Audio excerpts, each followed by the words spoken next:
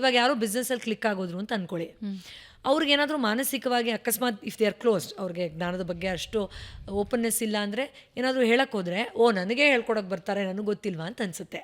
ಈಗೋ ಹೌದು, ಅದರಲ್ಲಿ ಒಂದು ಆಸ್ಪೆಕ್ಟಲ್ಲಿ ಅವರು ಸೂಪರ್ ಹೀರೋ ಇರಬಹುದು, ಬಟ್ ಖಂಡಿತವಾಗಿಯೂ ಅವರೊಂದು ಬೇಸಿಕ್ ಹೆಂಡತಿ ಜೊತೆ ನಡ್ಕೊಳ್ಳೋ ಲೆವೆಲಿಂದ ಹಿಡ್ಕೊಂಡು ಮಕ್ಕಳನ್ನ ಮಾತಾಡ್ಸೋರ್ಗೂ ಅವ್ರಿಗೆ ಐಡಿಯಾನೇ ಇಲ್ಲದೆ ಇರಬಹುದು. ಇವತ್ತಿನ ದಿನ ನೋಡಿದ್ದೀವಿ ನಾವು, ಎಷ್ಟು ದೊಡ್ಡ ದೊಡ್ಡ ಮಲ್ಟಿನ್ಯಾಷನಲ್ ಕಂಪನಿಗಳಲ್ಲಿ ಅಪ್ಪಂದಿರನ್ನೇ ಹೊರಗಡೆ ಹಾಕಿದ್ರು, ಎಷ್ಟೋ ದೊಡ್ಡ ಕಂಪನಿದು ಒಂದು ಇಶ್ಯೂ ಆಯಿತು, ಅಥವಾ ಹ್ಯಾಂಡಲ್ ಮಾಡೋಕ್ಕಾಗದೆ ಸೂಸೈಡ್ ಮಾಡ್ಕೊಂಡ್ರು ಅಂತ ಎಷ್ಟೋ ಕಥೆಗಳು ಕೇಳ್ತೀವಿ. ಯಾಕೆಂದರೆ ಅವ್ರಿಗೆ ಈ ವಿಷಯದ ಬಗ್ಗೆ ಜ್ಞಾನ ಇದೆ, ಅದನ್ನು ಪಡ್ಕೊಳ್ಬೇಕು ಅಂತ ಓಪನ್ನೆಸ್ಸೇ ಇರಲಿಲ್ಲ. So it is always about deeper understanding about all the aspects of life. At least ಸ್ವಲ್ಪ ಮಟ್ಟಿಗಾದರೂ ಖಂಡಿತ ನಾವು ಎಲ್ಲರೂ, ಆ್ಯಂಡ್ ಅದಕ್ಕೆ ನಮಗೆ ಸ್ಪೆಷಲ್ ಡಿಗ್ರೀಸ್ ಬೇಡ.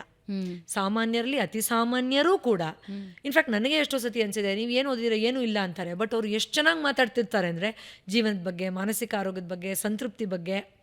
ನಮ್ಮ ಅಜ್ಜಿ ಕಾಲದಲ್ಲೆಲ್ಲ ಅಯ್ಯೋ ಭಗವಂತ ನೀನು ಕೊಟ್ಟಿದ್ಯಪ್ಪ ಅಂತ ಅಂದ್ಕೊಂಡಿದ್ದೇಳೋರು, ಚೆನ್ನಾಗಿತ್ತಪ್ಪ, ತಣ್ಣಗೆ ನಿದ್ದೆ ಬರಲಿ ಅಂತ ಮಲ್ಕೊಳ್ಳೋರು. ಅದೆಲ್ಲೋ ಆ ಅವೇರ್ನೆಸ್ಸೂ ಇಲ್ಲ, ಆ ಓಪನ್ನೆಸ್ಸು ಇಲ್ಲ ಅಂತ, ಗ್ರ್ಯಾಟಿಟ್ಯೂಡ್ ಇಲ್ಲ. Absolutely, definitely missing. ಆ್ಯಂಡ್ ಈ ಸೈನ್ಸಸ್ ನಾವೆಲ್ಲೋ ಲಿಟ್ರಲಿ ಟೆಕ್ಸ್ಟ್ ಬುಕ್ಸಲ್ಲಿ ಹುಡ್ಕೋಕ್ಕಾಗಲ್ಲ, ಅನ್ಫಾರ್ಚುನೇಟ್ಲಿ.